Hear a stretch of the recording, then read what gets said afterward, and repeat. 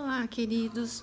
Hoje eu vim aqui para falar um pouquinho sobre as funções motoras da medula espinhal. Então, eu vou falar sobre fusos musculares e sobre o órgão tendinoso de Golgi, tá? E sua relação com a medula espinhal, ok?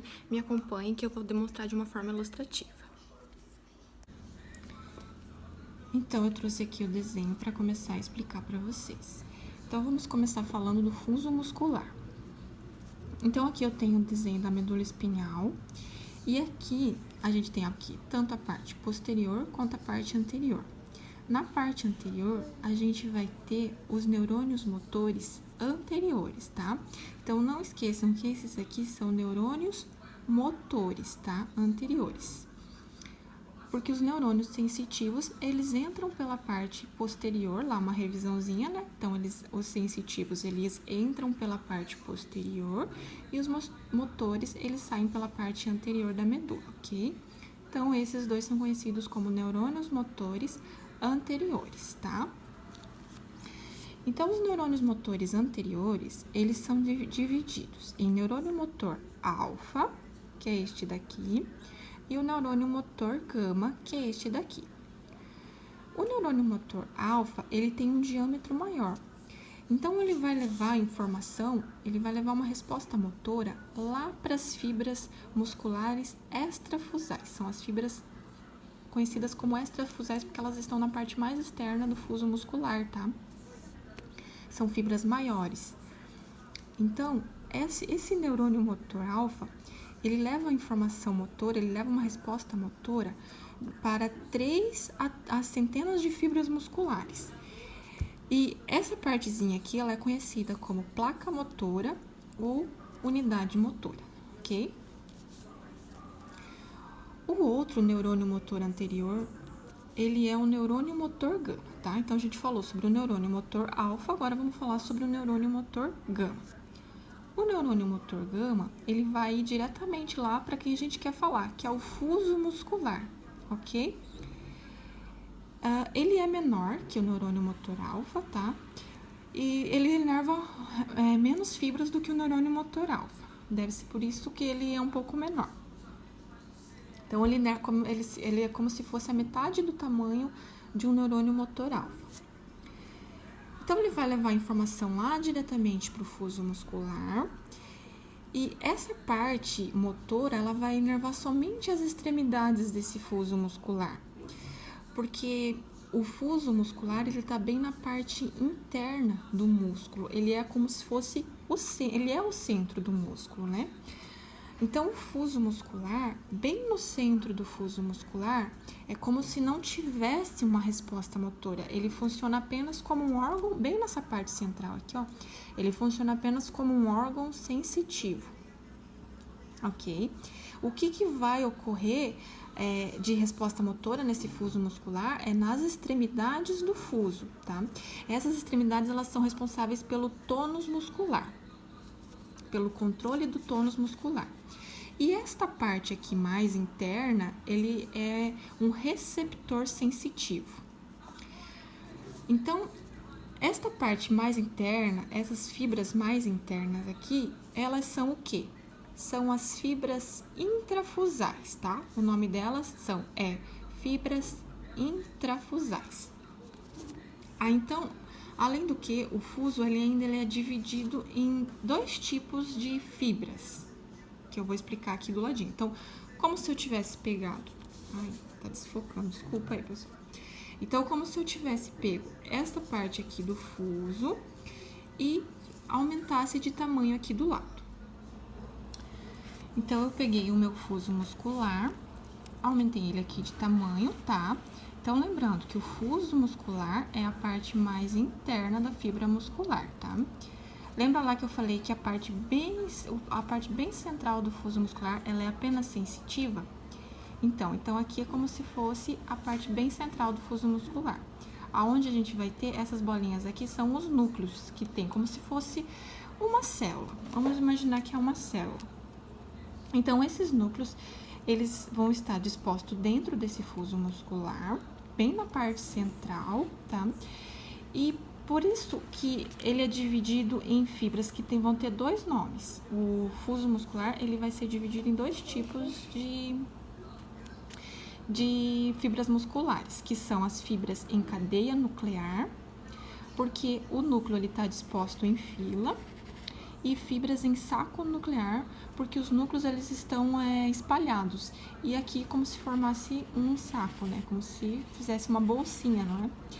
E esse núcleo ele está mais espalhado. Então, nuclear é por causa dos núcleos que estão aqui dentro, tá? O que vai levar essa resposta, esse receptor sensitivo? Ele tem duas fibras sensoriais, dois tipos de fibras, que são as fibras primárias e as terminações primárias, né? Essas daqui são as terminações primárias e as terminações secundárias. As terminações primárias, elas vão envolver, dessa forma aqui mesmo, elas vão envolver tanto as fibras em saco nuclear como as fibras em cadeia nuclear. E as terminações sensoriais secundárias, elas vão apenas estar nas fibras em cadeia nuclear do fuso muscular, tá?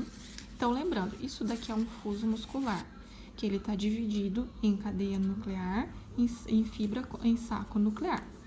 Esse daqui são as terminações sensoriais, onde a gente tem aqui a terminação sensorial primária, que envolve tanto uma fibra quanto a outra, e aqui a gente tem uma terminação sensorial secundária, que envolve apenas as fibras em cadeia nuclear. Aqui eu coloquei aqui, reflexo de estiramento do músculo, que é para entender qual que é a função que seria dessas terminações sensoriais. Então lá, como o fuso ele é responsável, como eu falei antes, o fuso nas extremidades dele, né, aqui na parte mais extrema dele, do fuso muscular, ele é responsável pelo tônus. Mas e a parte central, o que ela faz? A parte central desse fuso muscular, ela vai levar uma resposta lá para a medula espinhal em relação ao comprimento desse músculo, a alteração que o comprimento desse músculo que esse músculo está sofrendo, alteração nesse comprimento, ok? Então, por exemplo, aqui, ó, nesse reflexo de estiramento do músculo. Quando o músculo ele é excessivamente estirado, esse fuso muscular aqui, ó, ele vai levar um estímulo rapidamente lá para a parte posterior da medula espinhal, através dessa fibra sensorial aqui, e essa fibra ela vai fazer sinapse diretamente com uma fibra motora alfa. Lembra lá onde que a fibra motora alfa inerva? Ela vai inervar as fibras extrafusais, para que ocorra uma contração reflexa. É como se fosse uma resposta de proteção do músculo. Então, basicamente, essa é a função do fuso muscular, tá? Agora eu vou falar um pouquinho do OTG. Então, eu trouxe um desenho um pouco mais simples aqui, porque ele é muito parecido, o OTG, ele é muito semelhante com o fuso muscular, com a parte central do fuso muscular, onde a gente tem as terminações sensoriais primárias e secundárias. Então, o OTG, ele vai sofrer uma alteração quando o músculo ele é tensionado, como se fosse uma resposta de proteção também. Então, muito parecido lá com a parte central do fuso muscular, ele é um órgão sensitivo, ele está encapsulado no tendão muscular. Então, aqui a gente tem o tendão e aqui a gente tem o músculo. Então, quando esse músculo sofre um tensionamento, alguma alteração na sua tensão, ele vai levar uma resposta, ele vai levar um estímulo sensitivo lá para a parte posterior da medula.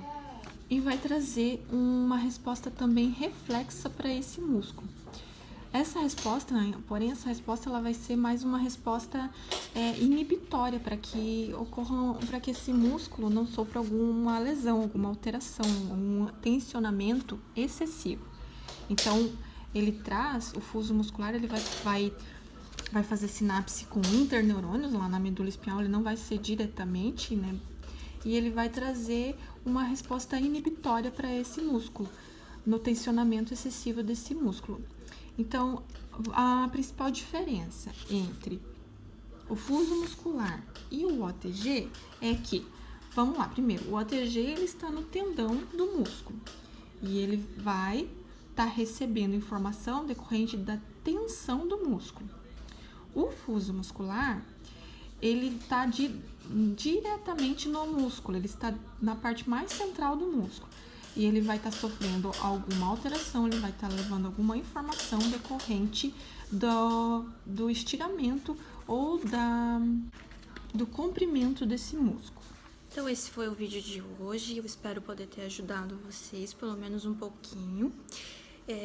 Eu quero dizer que se vocês têm alguma dúvida, se vocês têm algum assunto que vocês gostariam de entender melhor, que ficou difícil, vocês podem colocar no comentário. Eu vou ter o maior prazer em pesquisar, entender e trazer aqui pra vocês, principalmente da área da neuro, que é uma área que eu gosto muito. E eu vim aqui dizer que as informações que eu tirei para fazer esse vídeo aqui hoje para vocês, eu tirei um pouco desse livro aqui de neurociências, tá? Então, neurociências, fundamentos para reabilitação. As outras informações, a maior parte, eu tirei desse livro aqui de Fisiologia Médica, do Guyton, tá? Esses livros você pode estar encontrando na biblioteca da sua instituição, tem muita informação legal lá. Então, é daqui basicamente que eu tiro, que eu pesquiso para vir trazer os vídeos para vocês, tá? Obrigada e tenham ótimos estudos. Beijo!